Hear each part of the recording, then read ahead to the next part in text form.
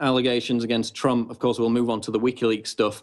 But, we don't expect the New York Times to be interested in Hillary arming ISIS, which came out of the WikiLeaks bombshell releases. But, some woman on a plane claims that Donald Trump touched her in the 80s with no evidence. She told no one about it at the time, didn't tell the airline staff. She waits 35 years until 4 weeks before the election to tell anyone about this. Isn't that an amazing coincidence?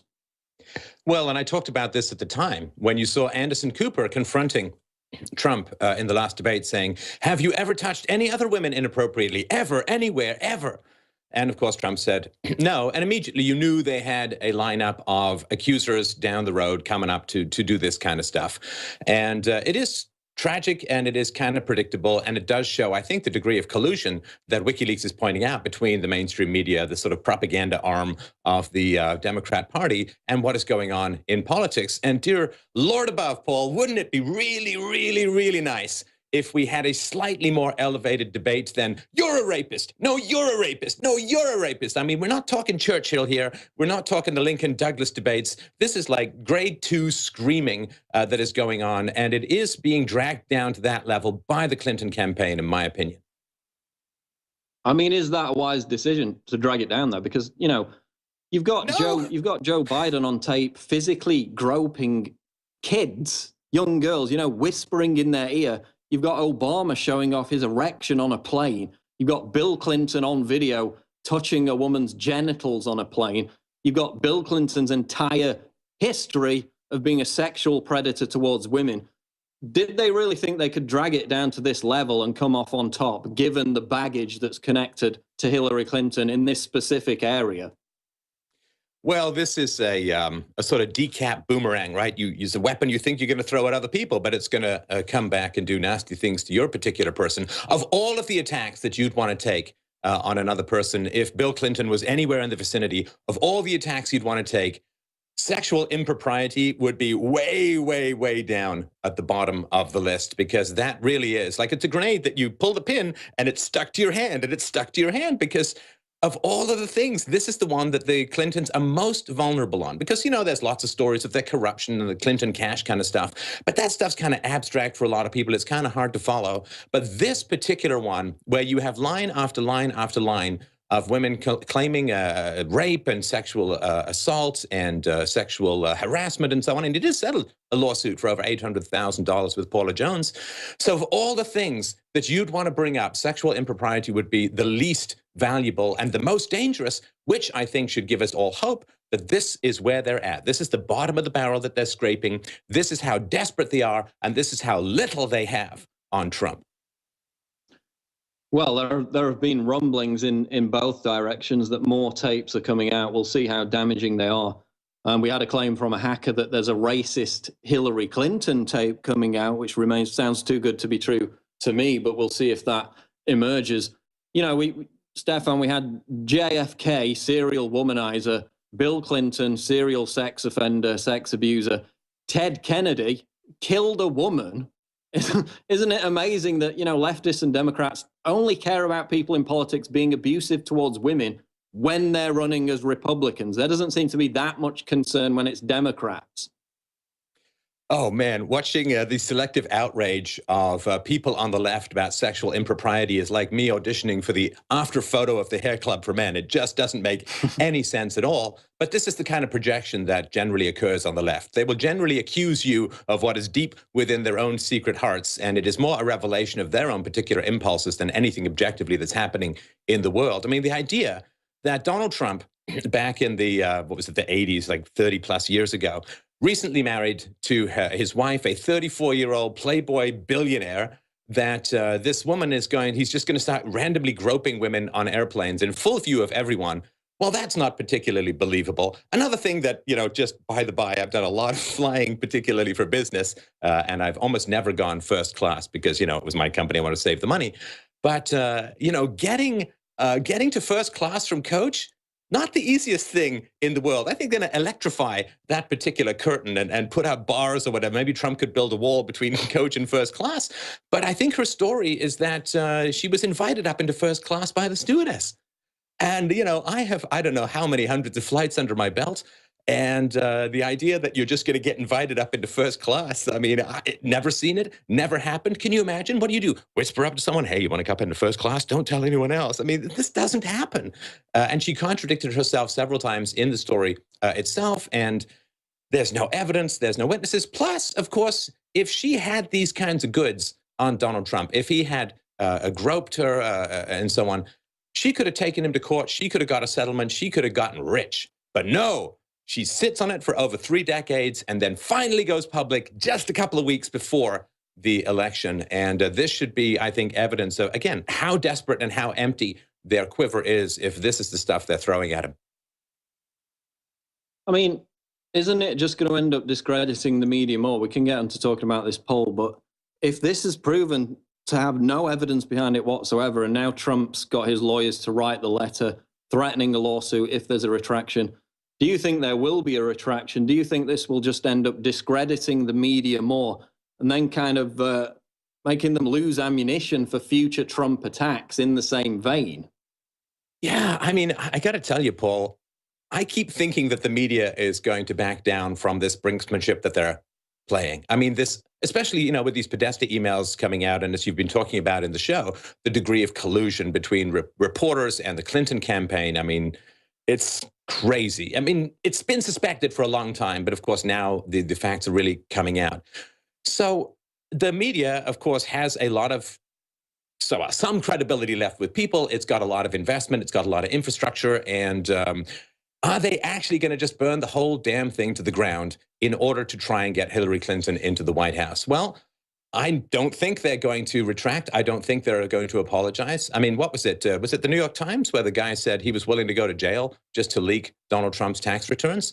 And the reason for that, of course, is that this is it. This is the election that determines the future of Western civilization, i.e., whether it has one or whether it doesn't have one. It all comes down to this. If Trump gets in and does what he says he's going to do in terms of deporting or allowing for the self-deportation of tens of millions of illegal immigrants, and if he builds the wall and so on, then the entire voting base that the Democrats was relying on legitimizing, on granting citizenship to, in order to have them vote, you know, 80, 85% Democrat until the end of time, that entire voting base that the Democrats are counting on to never have to actually have a debate about policy in the future, that's going to be pulled out. If that's pulled out, the Democrats are literally crippled for, I would guess, at least a generation. And so they don't have anything to lose, because if Trump gets in, I think the mainstream media doesn't have a master to serve anymore, doesn't have an audience that's going to care about what they say. So I think this is why they're willing to put absolutely everything on the line. Stefan, one of the things about this which really rankles me is this newfound moral authority that the left seems to have ascribed to itself.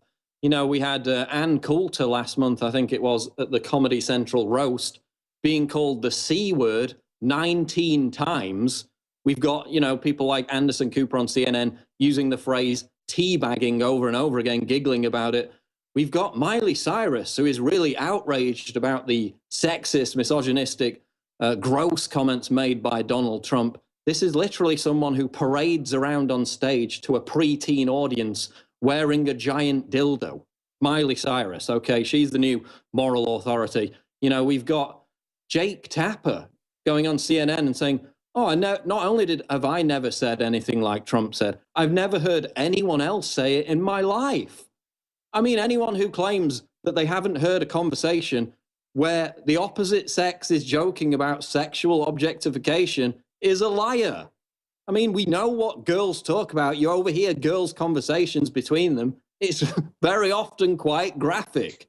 Anyone who claims they've never heard, maybe not said, but even so, never heard conversations in the same manner as what we heard on the Trump tapes is just a liar. And it's this feigned moral outrage from the left that really rankles me, Stefan, because they haven't got a leg to stand on, have they? Well, it's worse than that. I mean, so the left, of course, the mainstream media seems to have had quite a bit of trouble reporting the actual groping of women in Germany during the Cologne New Year's and other things. They seem to have quite a bit of trouble actually reporting pedophiles or a pedophile, Seville, at the BBC. They seem to have had a lot of trouble actually reporting the countless Pakistani gang rapes of young white British girls, over 1,000 in Rotherham alone, not to mention dozens of other cities in England. So they sure don't seem to have much luck getting out narratives about genuine sexual predation. Of course, they have, as you pointed out, bypassed the whole Bill Clinton thing for many, many decades. And so the idea that now suddenly they've got this huge concern about any kind of sexual impropriety, it is pure politics. And what I find so vile about all of this, Paul, there are genuine victims of both sexes of genuine sexual assault, sexual abuse, sexual harassment, and rape, and so on. And to hook your political narrative into what people really care about, and it's an actual heinous crime, just to get into power, just to smear an opponent, is to me a true horrifying manipulation of genuine evil and genuine human suffering, all in the pursuit of political power. And of course, when this stuff seems to get discredited quite regularly, right? I mean, all the way back to the Duke Lacrosse case, all the way back to some aspects of the mattress girl case, all the way back to the UVA rape, all the way back to all of these things, as they get progressively discredited because they're being used to advance the political narrative, the genuine victims of rape and sexual abuse are going to find it harder and harder and harder to be believed. And this, I think, is one of the greatest evils, is the mining of legitimate evil and human suffering for the sake of a pursuit of political power. I mean, the media has become expert at peddling rape hoaxes. I mean, right up to the president of the United States claiming that 1 in 5 women on college campuses are raped. Again, that statistic has been debunked over and over again, yet they still claim it. They're the experts, the mainstream media is, in concocting fake rape stories, fake sexual abuse stories. And as you said, they're also the experts in ignoring real ones. So how could we even trust them to begin with? You mentioned Rotherham, again, over the course of over a decade, I think it was about 13 years, thousands of young girls trafficked, abused, raped by these Pakistani paedophile gangs. Not only did they not report on it, the people in government covered it up because they were afraid of being politically incorrect. They were afraid of being called racist. They actually went to the victims, demonized, blamed the victims of this child abuse, told them they were lying, and that these individuals had done nothing wrong whatsoever. It continued in numerous towns and cities across the United Kingdom. It's still continuing to this day. And again, as you said, nobody cares about that. The media in Germany, for days after the Cologne mass molestation, none of them dared report on it, even though it had come out already days before in social media. We're going to get more into this and the latest WikiLeaks bombshells after the break with Stefan Molyneux. Again, these revelations are coming in minute by minute. What's going to be next? But we can be assured that the New York Times is not going to talk about it. We'll be back on the Alex Jones Show live, Infowars.com. Now, Stefan Molyneux, going back to the WikiLeaks issue, you know, people were expecting this kind of knockout blow October surprise. That didn't happen. That's not how WikiLeaks operates. We've seen more of a, you know, guerrilla warfare style attack method with these with this Podesta WikiLeaks email release, a kind of drip, sustained information offensive. To your mind, what are the most damaging revelations we've seen thus far? Well, of course, the fact that Hillary Clinton her organizations are taking money from Saudi Arabia and Qatar, which she identifies as providing logistical and material support to ISIS, that seems pretty important. But the number one thing for me, Paul, and it hasn't been talked about that much, but let me read you something very briefly that came out, right? So this is John Anzalone. He's a researcher emailing John Podesta. It's a message titled, "You Call It." This is July 15th, 2015. Now, he's quoting Senator Mark Kirk, the Republican from Illinois, who himself is quoted by BuzzFeed. This is regarding the nuclear deal reached with Iran. This is the quote he includes when emailing Podesta. "This agreement," the Iran agreement, "this agreement condemns the next generation to cleaning up a nuclear war in the Persian Gulf. This is the greatest appeasement since Chamberlain gave Czechoslovakia to Hitler." Now, that is as strong a condemnation of a particular deal as can be conceivably imagined. The idea that the deal might lead to a nuclear war, destroying the region, killing millions, raining blood and sand and oil down across the world, darkening the sunsets for half a generation. This is a pretty strong condemnation. So you call it, is emailed to John Podesta regarding this nuclear war issue. John Podesta responded, "Yep. Yep." What does that mean? Does that mean, I think that means he agrees that this is going to lead to a nuclear war in the Persian Gulf. That seems to me, call me crazy, call me out of right field, but that seems to me just a little bit more important than a he said, she said grope on an airplane 3+ decades ago. And again, this is the point I make over and over again. You've got the Qatar thing today. You've got, the Clinton camp discussing deleting emails despite knowing it was against the law. That came out. You've got, again, more slurs against Catholics, Southerners, needy Latinos. You've got Huma Abedin saying, can we survive not answering questions? That explains the whole lack of a press conference for months and months and months. You've got absolute bombshell after bombshell. You would think for journalists that this would be all their Christmases come at once. An absolute treasure trove. I mean, just in the limited time that I've had to dig through these emails, I've got several exclusives out of it that nobody else had by simply, asking people to send me what they thought was important, writing an article about it. Yet we've seen virtually nothing from the big media organizations. All they're doing is regurgitating this debunked claim that, oh, just blame Russia so we don't have to even address the details of these emails. I mean, are you surprised at the sheer depth of media collusion? I mean, we knew they were in bed with each other, but the sheer depth of the croniness, it's even surprised me. Are you shocked by it?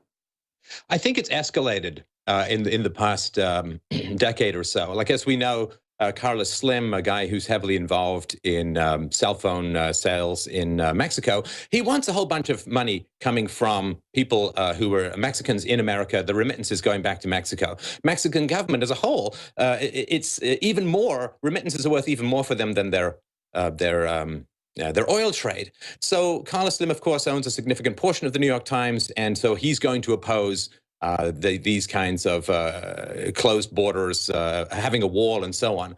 So I think there is a kind of predictability, but again, the stakes have never been higher. I myself have wanted this fight since I was about 20. Let's just say that's quite a few years at this point. I have wanted this fight. I have wanted people to take on the media. I have wanted people to take on the Clintons. I have wanted people to forcefully go into this leftist nest and expose it for what it is.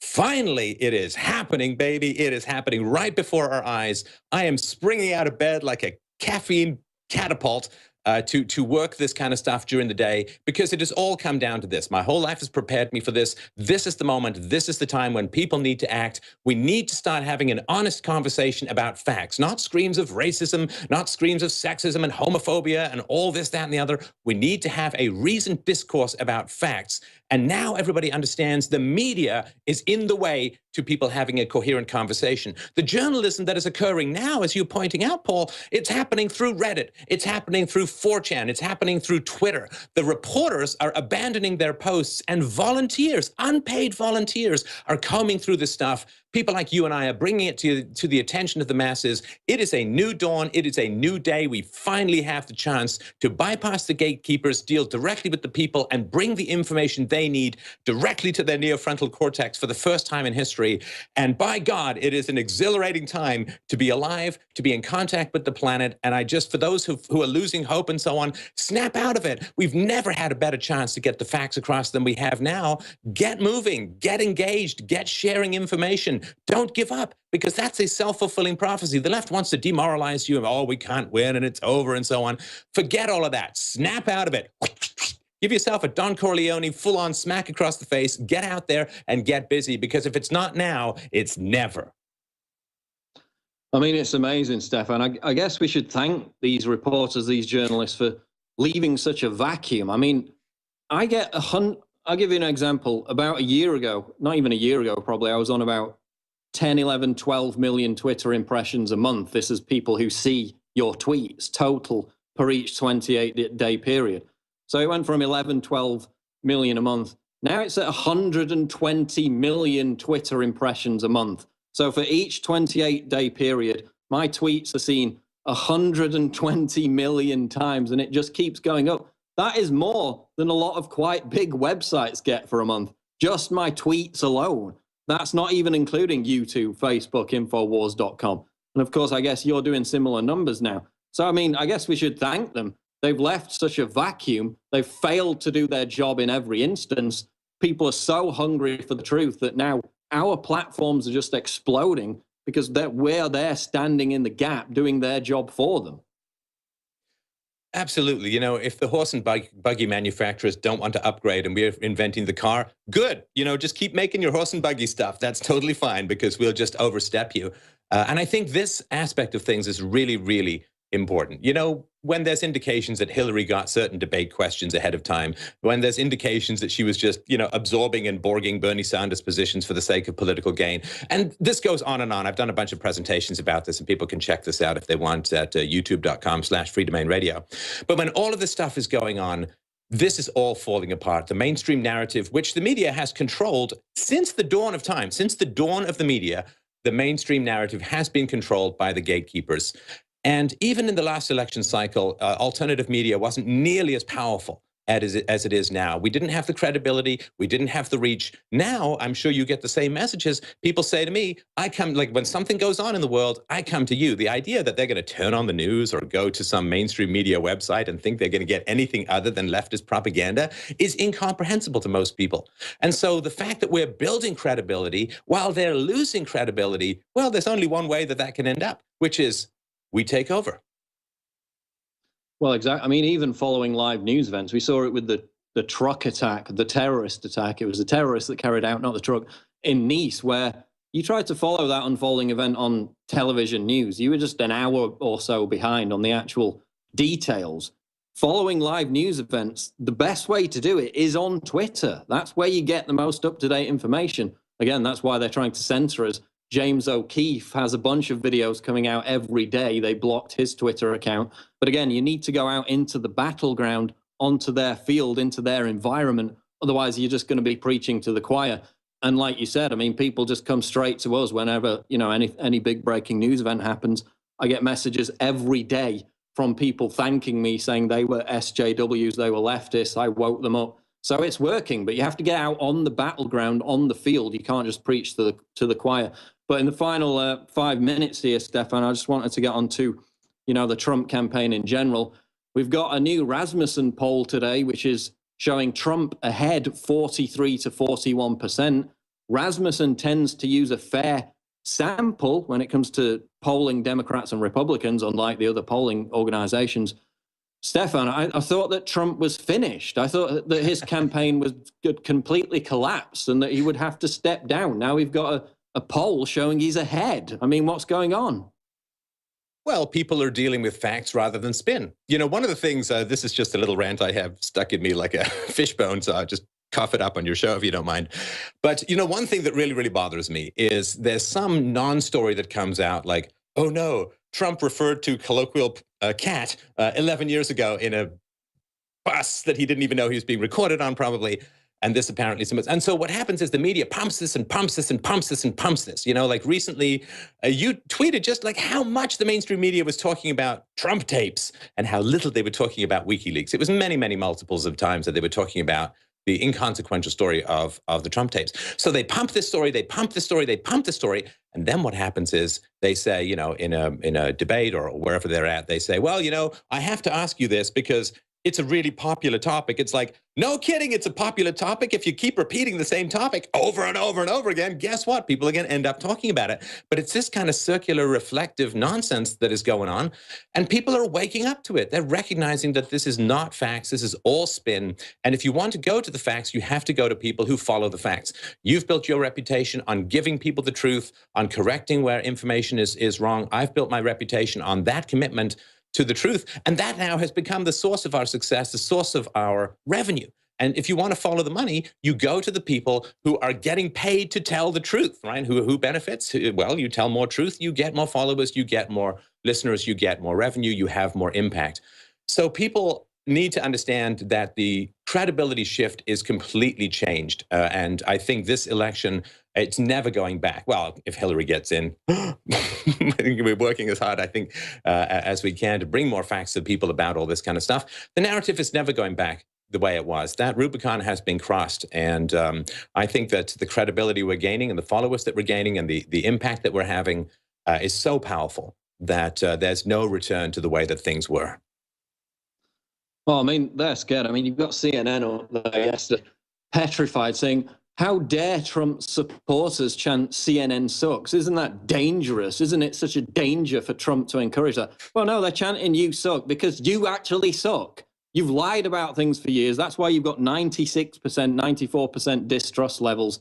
I mean, that's been exposed. You know, CNN Brazil, the reporter giving Hillary the question before the town hall debate. That's why they're chanting you suck. Not because they're dangerous, not because they're going to suddenly set fire to CNN Center in Atlanta or wherever. It's because you suck. You failed to do your job. That's why we're gaining such a big audience. That's why, you know, you saw it, as I mentioned earlier, this Trump tape discussion on social media has been matched by discussion about Bill Clinton is a rapist protesters. Now, you're talking about the entire mainstream media aligned with a common narrative, the whole legacy media pushing this Trump tapes, and we still managed to match them in terms of social media conversation just by encouraging people to go out and say that Bill Clinton is a rapist to wear the T-shirt. Just our organization alone matched them on that, and that's why they're petrified about it. One other question I wanted to ask you is, you know, we see this desperation. Even after this Trump tape came out, they seem to be getting even more desperate to push this narrative, despite them saying that Hillary is easily ahead. Do you think that their internal polling, not these rigged polls that we've seen, suggests that it's a lot closer than they're letting on? Is that why they seem to be just as desperate as they always have been, if not more? I think that their internal polls are showing either that it's very close or that Trump is, as you talked about with the Rasmussen poll, slightly ahead. And I think this is really, really important for people to understand. This is not a done deal. I don't care how high Trump gets in the polls, it is still a choice that people have to make to get registered, to get out and vote, and to share information, and to talk to people, challenge people in your life, bring the facts. So, you know, I do this in my private conversations. You know, I'm up here in Canada, so let's just say it's not exactly a pro-Trump bastion, and I have to have conversations with people where I point out Hillary Clinton's record in the Middle East, and I point out Bill Clinton's history with women, and all of these kinds of things.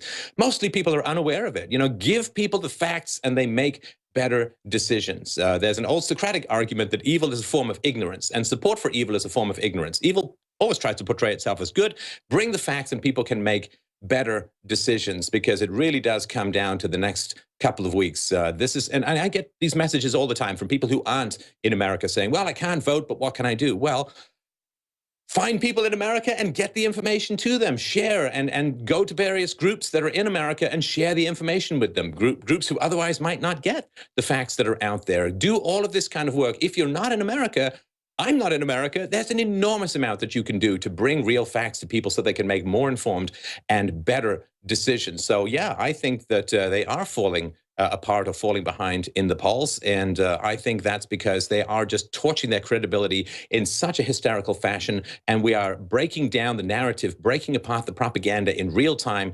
They don't know how to adapt because they're so used to having this kind of incredible power. They don't know how to change. They don't know how to handle alternative media. And that's why we'll be back. Spreading Stefan Molyneux, stay there. Last segment coming up. We'll be back to finish up Infowars.com. Don't go away. It's the final segment of this hour on the Alex Jones Show. We've got Stefan Molyneux. Just want to mention before I get off the air here, I'm sure David Knight will be covering this. We've got huge developments on Russia. America plotting to allow 9,000 ISIS fighters to escape terror capital Mosul so they can attack Russian troops. Moscow outrageously claims, was it outrageous that the Obama White House gave ISIS a 45-minute warning before bombing their oil tankers? No, that happened. So it doesn't really sound that outrageous, does it? That they would be giving them a warning, a safe passage out of there to go and accomplish the mission that was the purpose of this intervention from the very beginning, which was regime change in Syria by any means possible, which is what led to the rise of ISIS in the first place, as you saw in the WikiLeaks emails. Reuters is reporting Putin ally tells Americans, vote Trump or face nuclear war. That is all escalating. I'm sure David Knight will be able to get into it in the next hour. But Stefan Molyneux, final few minutes here. Closing comments on Trump, on the state of the election race, and tell people how they can get your podcast and about your YouTube channel.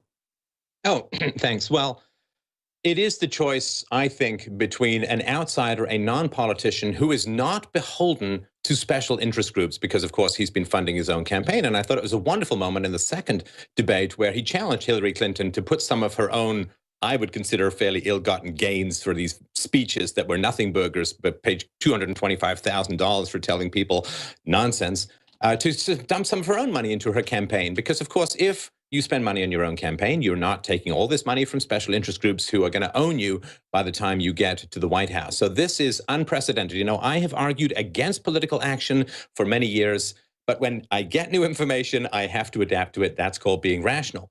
And so it is a new situation. It is a new environment. There is someone who has never before appeared in American politics, you know, somebody with the charisma, the speaking skills, the public visibility, the historical relationship with the media, the courage, the nads, you could say, to actually do what he says he's going to do. Not just make promises that his donors have told him to make so that they can pay him to break them later. This is as direct a set of democratic principles and Republican principles as we can imagine. So this is new. People need to understand this. I didn't anticipate it. I don't think anyone did, except perhaps Donald Trump many years ago. So this is new information. And I think that I am now, of course, encouraging people to get involved in politics. It really, really matters what happens over the next couple of weeks. Take time out of your busy schedule to get involved in this particular thing. It's only a couple of weeks. Nobody's drafting you to go to war for 5 years. It's just a couple of weeks, and you can do it all from the comfort of your own internet cafe or bathroom. Or if you have a server in your toilet like Hillary Clinton, I guess you could do it there as well. So get out, get involved. This is so important. This is so important. It really does come down to this. If the left gets in and there's more third world migration and there's open borders, and I mean, it's over. There's nothing